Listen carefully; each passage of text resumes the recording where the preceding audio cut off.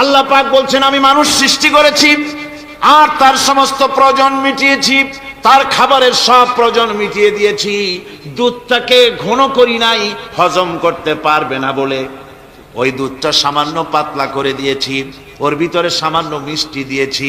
দুধের বোটার ভিতরে একটা ছিদ্র দিলে চোষা মারলে পরে অনেকগুলি দুধ বেরিয়ে এসে গলাটা আটকে যেত, তোমার কচি কণ্ঠ গলা আটকে যেত, শ্বাস করতে পারতে না। এজন্য মায়ের স্তনের বোটার ভিতরে সূক্ষ্ম সূক্ষ্ম 32টা ছিদ্র করে আস্তে করে দুধ বার করে তোমার জীবন আমি বাঁচাইছি। খলাকাল ইনসান, মানুষ সৃষ্টি করেছি আমি আল্লাহ পাক। সুতরাং যে আল্লাহ পাক এ মানুষ সৃষ্টি করলেন আর মায়ের কলিজার ভিতরে মোহাব্বত পয়দা করে দিলেন, সে আল্লাহ পাক বলছেন খবরদার ওই মাকেও যেন আবার ভুলে যেও না। মাকে সম্মান করে করো, মা বাপকে মোহাব্বত করো, তাদেরকে শ্রদ্ধা করো। বউ পাইয়া সুন্দরী স্ত্রী পেয়ে মায়ের কথা ভুলে যেও না। অনেক সাহেব আছে মায়ের কথা ভুলে যায়, স্ত্রীর কথা অনুযায়ী মায়ের উপরে অত্যাচার করে, এরকমও বহুত আছে। আল্লাহ পাক বলছেন শোনো, وَقَضَى رَبُّكَ أَلَّا تَعْبُدُوا إِلَّا إِيَّاهُ وَبِالْوَالِدَيْنِ إِحْسَانًا। তোমার প্রভুর পক্ষ থেকে ফয়সালা হয়েছে, চূড়ান্ত সিদ্ধান্ত হয়ে গিয়েছে, আমি আল্লাহর ইবাদতের পর তোমার মা বাপের ইহসান করবে, খেদমত করবে, তাদের জন্য উপকার করবে, তাদেরকে ভালোবাসবে। আল্লাহ রাব্বুল আলামিন বলেন মা বাবার সঙ্গে কেমনে কথা বলবে, তাদের সাথে কিভাবে আচরণ করবে, আল্লাহ তাও শিখিয়ে দিয়েছেন। আল্লাহ পাক বলেন ওয়ালা তাকুল লাহুমা ওয়া কুল লাহুমা কাওলান কারীমা।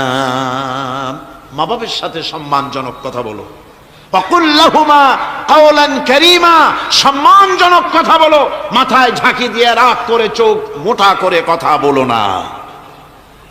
তুমি সন্তান, তোমার জন্য সবচাইতে বড় পীর তোমার আব্বা তোমার আম্মা, ঠিক কিনা কর? ছেলের জন্য, মেয়ের জন্য, সন্তানের জন্য সবচাইতে বড় পীর কে? বাপ মা। এটা ভালো করে মনে রাখতে হবে। আপনার মৌলানা সাহেবদের দোয়া, পীর সাহেবদের দোয়া কবুল হতেও পারে, নাও হতে পারে, 50-50 সম্ভাবনাও আছে, আবার সম্ভাবনা নাইও। কিন্তু মা বাবার দোয়া কবুল হবে 100% সিউরিটি রয়েছে। রাসূলুল্লাহ বলেছেন 3 জনের দোয়া কবুল হবে, মুস্তাজাবুদ দাওয়াত। কয়জনের দোয়া কবুল হবে? আল্লাহ রাব্বুল আলামিনের হাবিব বলেন 3 জনের দোয়া কবুল হবে আল্লাহর দরবারে। তার মধ্যে একজন হলেন মাজলুম ব্যক্তি, যে ব্যক্তি অত্যাচারিত, যে ব্যক্তি মুসাফির, প্রবাসী, তার দোয়া কবুল হবে। আর মা বাপ যদি সন্তানের জন্য দোয়া করে, ওই দোয়া আল্লাহ রব্বুল আলামিনের দরবারে মঞ্জুর হয়ে যায়। আল্লাহ রব্বুল আলামিন মা বাপ সম্পর্কে বলেন, মা বাবের জন্য আমার কাছে দোয়া করবি বান্দারা, আমার কাছে দোয়া করবি। দোয়াটা আল্লাহ পাক শেখাচ্ছেন, রব্বিরহামহুমা কামা রব্বায়ানি সগীরা। পড়েন সবাই, রব্বিরহামহুমা কামা রব্বায়ানি সগীরা। একটু জিকির করেন লা ইলাহা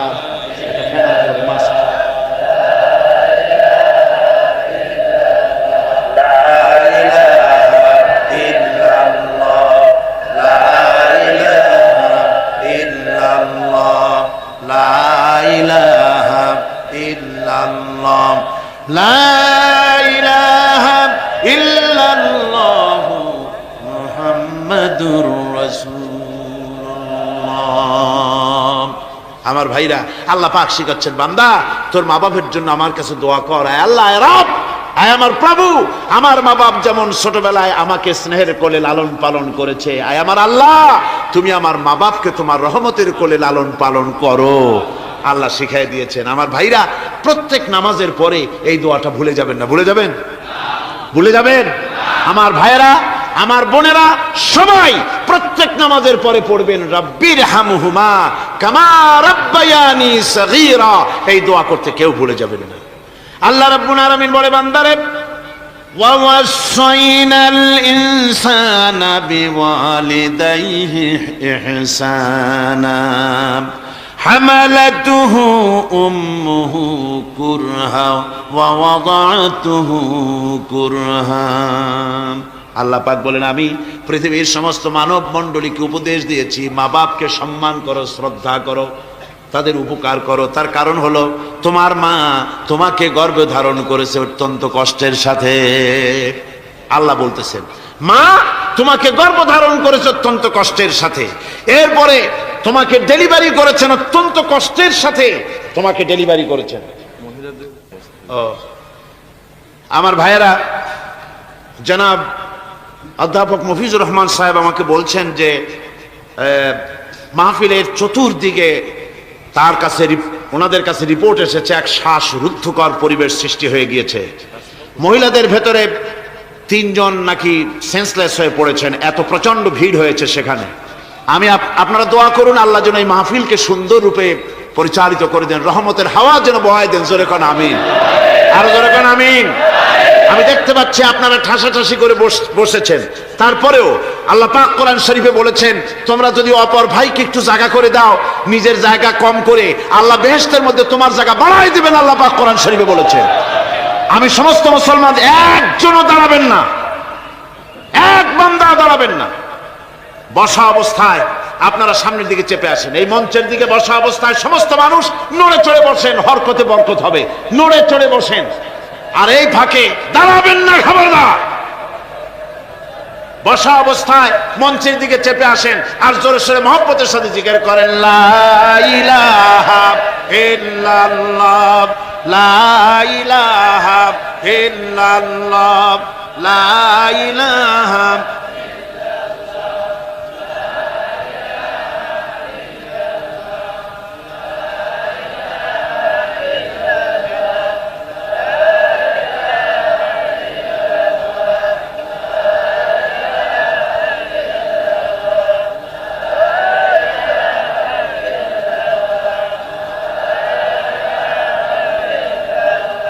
লা ইলাহা ইল্লাল্লাহ, লা ইলাহা ইল্লাল্লাহ, লা ইলাহা ইল্লাল্লাহ।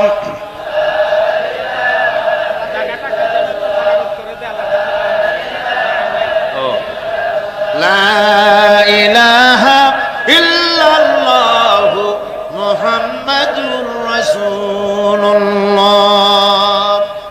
মোহতারাম বন্ধুবর, হযরত মাওলানা শামসুদ্দিন সাহেব মাদ্দাজিল্লুহু বলছেন যে আল্লাহর কাছে দোয়া করেন না, আল্লাহ মাঠটারে বড় করে দিক। আল্লাহ পারেন না? পারেন না? অবশ্যই পারেন। আল্লাহ পাক সকলের জন্য আসান করে দিন। তবে মনে রাখবেন, এত বড় রহমতের মাহফিল জীবনে আর একবার পাবো কোনো নিশ্চয়তা নাই। আহা, কোনো নিশ্চয়তা নাই। এত বড় বরকতের মাহফিল, রহমতের মাহফিল, জান ভরে শুনুন আর আরাম করে বসুন, হাঁটা চলা বন্ধ করুন। নিতান্ত প্রাকৃতিক কারণ ছাড়া ওঠা বসা করার চেষ্টা না করাটাই ভালো। আল্লাহ পাক বলছেন, আমি গোটা বিশ্বের সমস্ত মানব মণ্ডলীকে উপদেশ দিয়েছি, মা বাপের খেদমত করো, সম্মান করো। কেন? মা তোমাকে পেটে ধারণ করেছে বড় কষ্টের সাথে। কে বলছেন এ কথা? আমার আল্লাহ বলতেছেন, পেটে ধরতে খুব কষ্ট হয়েছে। আপনাকে পেটে রেখে মায়ের কত কষ্ট হয়েছে সে কথা বোঝার জন্য আপনার গর্ভবতী স্ত্রীর দিকে তাকায় দেখেন। আপনার স্ত্রী যখন গর্ভবতী হবে তখন দেখবেন তার অবস্থাটা কি, ওইটা দেখে আপনি আন্দাজ করতে পারবেন আপনার মায়ের কত কষ্ট হয়েছিল। গভীর রাত্রে মানুষ সব ঘুমায় যায়, গর্ভবতী মা ঘুমাতে পারে না। সন্তান পেটের ভিতরে হাঁটু দিয়া গুতা মেরেছে, পা দিয়া লাথি মেরেছে। মা চরম শীতের রাত্রে, প্রচন্ড শীতের রাতে গায়ের লেপটা সরায় দিয়া মা একবার দাঁড়ায় আর একবার বসে, একবার দেওয়ালের সাথে হেলান দিয়া দাঁড়ায়, কষ্ট করে রাতটারে কাটায় দেয়। আবার সারাদিন সংসারের জন্য কাজ করেছেন, রান্না বান্না করেছেন, মা সকলকে খাওয়াইয়া মা শেষের দিকে খেতে গেছেন। যখন নিজে খেতে গেলেন খাবারের ক্ষুধা নিয়ে পেট ক্ষুধা নিয়ে খেতে বসেছেন, পেটের ভিতরে সন্তান লাথি মেরেছে, পেটের মধ্যে ঘুষা মেরেছে, হাঁটু দিয়া গুতা মেরেছে, ভরা পেটে পেটের ভিতরে সন্তান গুতা মারলো হাঁটু দিয়া মাথা দিয়া, মা ক্ষুধা রয়েছে পেটে, খেতে পারলেন না, বেদনা শুরু হয়েছে। খাবারের থালাটা ঠেলে দিয়ে মা দাঁড়ালেন, বসলেন, চোখের পানি ফেললেন। এভাবে করে মা একটা দুইটা দিন নয়, 10টি মাস পর্যন্ত সন্তানটাকে পেটের মধ্যে নিয়ে, একটা জীবিত মানুষ আর একটা জীবিত সন্তান পেটের মধ্যে নিয়ে নড়াচড়া করছেন, চলাফেরা করছেন। কিতাবের মধ্যে এসেছে রাতের বেলায় মা যে ঘুমাতে পারেন না সন্তানের নড়াচড়ার কারণে, রাতভর ইবাদত করলে যত সওয়াব পাওয়া যেত আল্লাহ ওই সওয়াব মায়ের আমলনামায় লিখে দেন। সন্তান পেটে থাকার কারণে খেতে পারে না, পেট ভরে ক্ষুধায় কষ্ট পায় মা, এই জন্যে 10 মাস ধরে রোজা রাখলে যে সওয়াব হতো আল্লাহ রাব্বুল আলামিন মায়ের আমলনামায় রোজার সওয়াব লিখে দেন। 10 মাস পুরে গেল, সন্তান ডেলিভারির সময়ে চলে এলো, মায়ের মন বিমর্ষ, সন্তান ডেলিভারি হবে, না জানি মরে যাই নাকি, না জানি অপারেশন লাগে নাকি, কি অবস্থা হবে। মা খেতে পারে না, মুখটা শুকায়া যায়। ডেলিভারির সময় যখন আসে, মা বাবার কাছ থেকে বিদায় নিয়ে যায়, স্বামীকে একান্তে গোপনে ডেকে নিয়ে বলে, প্রাণের স্বামী, দীর্ঘদিন একসঙ্গে ঘর কন্যা করেছি, অপরাধ হয়ে যেতে পারে, আমারে মাফ করে দিও। আমার মনে হয় এবার আমি আর বাঁচবো না, সংসার থাকলো চাবি থাকলো সব বুঝে নাও, আমারে মাফ করে দিও। মা চলে গেল সতিকা গৃহে, ক্লিনিকে চলে গেল, অপারেশন থিয়েটারে চলে গেল, অথবা ডেলিভারির জায়গায় চলে গেল। ডেলিভারি পেইন শুরু হয়ে গেল, বেদনা শুরু হয়ে গেল।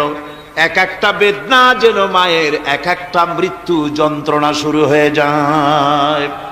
এমন যন্ত্রণা, প্রসব বেদনা দুনিয়ার ভুক্তভোগী মা ছাড়া আর কেউ জানে না।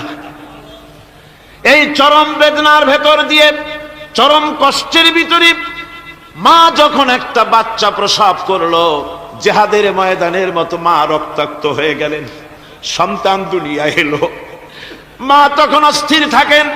এত বড় বিরাট কষ্টের ভিতরে আল্লাহ রাব্বুল আলামিন বলেন, সন্তান যখন ডেলিভারি হয়ে গেল, মায়ের মনের ভিতরে আমি তখন এই ফিলিংস, এই টেন্ডেন্সি জাগ্রত করে দিই, দেখ কি হয়েছে। মা তখন দেখতে চায় কি হয়েছে। মায়ের সামনে যখন এত কষ্টের, হৃদয় রিংরণ, কলিজার 32টি নাড়ি ছেঁড়া যন্ত্রণার সন্তান যখন মায়ের চোখের সামনে আসে, আল্লাহ পাক বলেন, মা যখন তার ছেলের মুখের দিকে তাকায়, মেয়ের মুখের দিকে তাকায়, আল্লাহ বলেন 10 মাসের পেটে ধরা কষ্ট আর ডেলিভারির সব কষ্ট মায়ের মন থেকে মুছে ফেলে দেই। আল্লাহ রাব্বুল আলামিন বলেন, খবরদার দুনিয়ার মানুষ, এমন মায়ের সাথে নাফরমানি করবি না, এ মায়ের সাথে নাফরমানি করবি না, মাকে সম্মান করবি, মার কাছে দোয়া চাবি। দুনিয়ায় যদি সম্মান চাও, রিজেক্ট চাও, মায়ের পায়ে ধরে কাঁদো। মায়ের জাতি অনেক সম্মান তার। রাসূল করিম সাল্লাল্লাহু আলাইহি সাল্লামকে প্রশ্ন করা হয়েছে, হুজুর খেদমত করব কার? হুজুর কয় মায়ের। তারপরে কার? হুজুর কয় মায়ের। তারপরে কার? হুজুর বলেন মায়ের। তারপরে কার? তোমার পিতার। 3 গুণ, তোর মায়ের মর্যাদা 3 গুণ বেশি, তোর বাপের চাইতে মর্যাদা বেশি। সুবহানাল্লাহ পড়ে। আর আজকে ইসলামের শত্রুরা তারা বলে যে ইসলাম নারীর অধিকার আদায় করে নাই। নারীর অধিকার ইসলাম দেয় নাই তো কে দিয়েছে? আমার বন্ধুগণ, বিশ্ব নবী জনাব মুহাম্মদ রাসূলুল্লাহ সাল্লাল্লাহু আলাইহি ওয়াসাল্লাম মসজিদে নববীর ভিতরে বসে আছেন। এক বৃদ্ধা মহিলা মসজিদের মধ্যে প্রবেশ করলেন। হুজুর বৃদ্ধাকে দেখে দাঁড়ায় গেলেন, বিশ্ব নবী বুড়ি মেয়ে লোককে দেখে দাঁড়ায় গেলেন। আল্লাহর নবী বুড়িকে দেখে দাঁড়ালেন। বুড়ি যখন কাছে এলেন, আল্লাহর নবী নিজের গায়ের চাদর বুড়ির জন্য বিছায়া দিলেন। বুড়ি বসলেন। এরপরে কথাবার্তা সারার পর বুড়ি যখন বিদায় হবেন, হুজুর আবার দাঁড়ালেন। বুড়ি মহিলা চলে গেলেন। সাহাবায়ে কেরাম বলেন, ইয়া রাসূলুল্লাহ, কিছুই বুঝলাম না, একজন বৃদ্ধা মহিলার জন্য বিশ্ব নবী দাঁড়ান আর গায়ের চাদর বিছান, আমরা বড় আশ্চর্য হয়ে গেলাম। নবীজি বলেন, ও আমার সাহাবীরা, তোমরা জানো না এই মহিলা কি চিনতে পারো নাই? আমি আমার মায়ের দুধ আমার জীবনে কিসমতে তেমন হয় নাই, আমি আমার মায়ের দুধ তেমন কিসমতে পাই নাই। যার বুকে দুধ খেয়ে, যার কোলে কাখে চড়ে আমি বড় হয়েছি, আমার সেই দুধ মা ইনি হযরতে হালিমাতুস সাদিয়া, আমার সেই দুধ মা। রাসূলুল্লাহ নিজে সম্মান দিয়েছেন মায়ের। খবরদার, মাকে অসম্মান করবেন না, মাকে সম্মান করবেন, মাকে শ্রদ্ধা করবেন। আমার বন্ধুগণ, আলেম ওলামা পীর বুজুর্গদের জন্য হাদিয়া তো দেন, আপনারা কোনো নিষেধ নাই, দেন। হাদিয়া দেওয়াও সুন্নত, নেওয়াও সুন্নত, দিবেন, আমি কোনো নিষেধ করি না। কিন্তু আমি বলতে চাই, পীর বুজুর্গদের কাছে, আলেম ওলামাদের কাছে হাদিয়া দিয়া আল্লাহরে যত না খুশি করতে পারবেন, এই ডালিম বেদানার মৌসুমে বেদানা একটা ভেঙে নিজ হাতে যদি মায়ের মুখে তুলে দেন, আল্লাহর আরশ খুশি হয়ে যাবে, আল্লাহর আরশ আজিম খুশি হয়ে যাবে, আল্লাহ পাক খুশি হয়ে যাবে। মায়েরে খাওয়াও, বাপকে খাওয়াও, তোমার সবচেয়ে বড় পীর তিনি। সুবহানাল্লাহ পড়ে, সুবহানাল্লাহ। মা বাপ যদি একটু দোয়া করে দেয়, তোমার জিন্দেগির কাম শেষ। একটু বদদোয়া করলে জাহান্নামে যাবা। কোন পীর সাহেব বদদোয়া করলে জাহান্নামে যাবে এমন কথা নয়, কোন মাওলানা বদদোয়া করলে দোজখে যাবে এমন কথা নয়। রাসূল বলেছেন, হুমা জান্নাতুকা ওয়া নারুকা, মা বাপ তোমার বেহেশত, মা বাপ তোমার জাহান্নাম। মা বাপ যদি অসন্তুষ্ট হয় দোজখে যাবি, আর মা বাপ যদি খুশি আল্লাহর জান্নাতে চলে যাবি। সুবহানাল্লাহ, সুবহানাল্লাহ, সুবহানাল্লাহ। মায়ের পায়ের তলে তোর বেহেশত। আমরা পুরুষ, আমাদের গত বছরও বলেছি, আমরা পুরুষ, আমাদের পায়ের তলে জুতা, আমাদের পায়ের তলে কি? শুধু জুতা। আর আমার মা, আমার মায়ের জাতি যারা এই প্যান্ডেলে বসে আছেন, আমার মায়েরা, বোনেরা, মায়ের জাতি যারা পৃথিবীতে, মায়ের জাতির পায়ের তলে আল্লাহর বেহেশত। সুবহানাল্লাহ। নারীর মর্যাদা ইসলাম দেয় নাই, কে দিয়েছে? আল্লাহ দিয়েছেন, আল্লাহ রাসূল দিয়েছেন। আমার বন্ধুগণ, হযরত বায়জিদ বুস্তামি, ছোট্ট বাচ্চা ছেলে, গভীর রাত্রে মা অসুস্থ, পানির পিপাসায় জেগে উঠেছেন। বাবারে, পিপাসায় শেষ হয়ে গেলাম, পানি দাও। ছেলে ঘরের ভিতরে পানি না পেয়ে বাইরে দৌড়াদৌড়ি করলেন। অনেক দূর থেকে পানি নিয়ে এসে দেখেন মা ঘুমায় গেছেন। পানি নিয়ে দাঁড়ানো, পৌষ মাস, মাঘ মাসের শীতের রাত, ফজরের সময় মায়ের ঘুম ভেঙে গেল। তাকিয়ে দেখেন বাইজিদ দাঁড়ানো, হাতে পানি থরথর করে কাঁপছে। জিজ্ঞাসা করে, বাইজিদ তুমি দাঁড়ানো কেন? ছোট্ট বাচ্চা বলে, মা পানি চেয়েছিলে তুমি গভীর রাত্রে, পানি ঘরে ছিল না, অনেক দূর থেকে আনতে হয়েছে। মা বলছে, ঘুমাও নাই কেন গ্লাস থুইয়া? বাচ্চা বলে, ঘুমাই নাই, তুমি যদি আবার পানি চাও সময় মতো যদি দিতে না পারি, মা তোমার কষ্ট হবে, এই জন্য ফজর পর্যন্ত আমি দাঁড়ায় আছি, কখন তুমি পানি চাও। মা হাতের থেকে পানি নিয়ে পান করলেন। বাইজিদকে বিছানার উপরে আরাম করে কম্বল দিয়ে ঘুম পড়াইয়া দিলেন। হযরতে বাইজিদের মা উযু করে ফজরের নামাজ পড়ে সিজদায় চলে গেলেন। চিৎকার মেরে কেঁদে বলেন, আমার রব, আমার আল্লাহ, আমি আমার বাইজিদের মা, আমি মা হয়ে বাইজিদের জন্য দোয়া করি। বাইজিদ আমার জন্য আজকে যা করেছে, আমি মা, আমার কলিজা ঠান্ডা হয়ে গেছে। আয় আল্লাহ, আমি বাইজিদের জন্য দোয়া করি, তুমি তাকে সুলতানুল আরিফিন বানাইয়া দিও। মঞ্জুর হয়ে গেল আল্লাহ পাকের কাছে দোয়া। আমার ভাইরা, আল্লাহ পাক বলছেন, খবরদার, আমার ইবাদতের পরে মা বাপ, আল্লাহর ইবাদতের পরে কারা? মা বাপ। মা বাপকে সম্মান করো, শ্রদ্ধা করো, মোহাব্বত করো, কিসমত খুলে যাবে, কিসমত খুলে যাবে। মা বাপকে সম্মান করো। হযরত আবু হুরায়রা রাদিয়াল্লাহু তাআলা আনহু রাসূলের সামনে এসে কাঁদতেছেন। হুজুর বলছেন, আবু হুরায়রা কাঁদো কেন? কাঁদো কেন? রাতের বেলা কাঁদো কেন? হযরত আবু হুরায়রা বলছেন, হুজুর আমাকে মা মেরেছেন। হুজুর বলছেন, মা মারলো কেন? কোনো অপরাধ করেছো? কোনো গোস্তাখি করেছো? আবু হুরায়রা বলছেন, না হুজুর, কোনো গোস্তাখি করি নাই। তবে মারলো কেন? হযরত আবু হুরায়রা বলছেন, হুজুর আমি আপনার দরবার থেকে ফিরতে রাত হয়ে গিয়েছিল। মা জিজ্ঞেস করলেন, আবু হুরায়রা এত রাত্রে কোথায় ছিলি? বললাম, আমি ছিলাম যে কদম চুমতে পারলে দুনিয়া ধন্য হয়, সেই দরবারে নববীর কদম মোবারক থেকে আসতে আমার দেরি হয়েছে। আমার মা মুশরিকা, আপনার নাম শুনে তার গায়ে আগুন জ্বলে উঠলো, আমাকে ধরে মারা আরম্ভ করলো। বলল, হয় আমার বাড়ি ছাড়বি আর না হয় মুহাম্মদ সাল্লাল্লাহু আলাইহি ওয়াসাল্লামের দরবার ছাড়বি। আমি বললাম, আমার মা, তুমি বুড়ি মানুষ, তোমার গায়ে যত শক্তি আছে সমস্ত শক্তি দিয়ে আমারে পিটাও, আমারে মারো। মারতে মারতে আমাকে বাড়ি থেকে তুমি বের করে দাও। তোমার বাড়ি শুদ্ধ, তাম দুনিয়া ছেড়ে দিতে পারি, আল্লাহর নবীর কদম মোবারক ছেড়ে দিতে পারি না।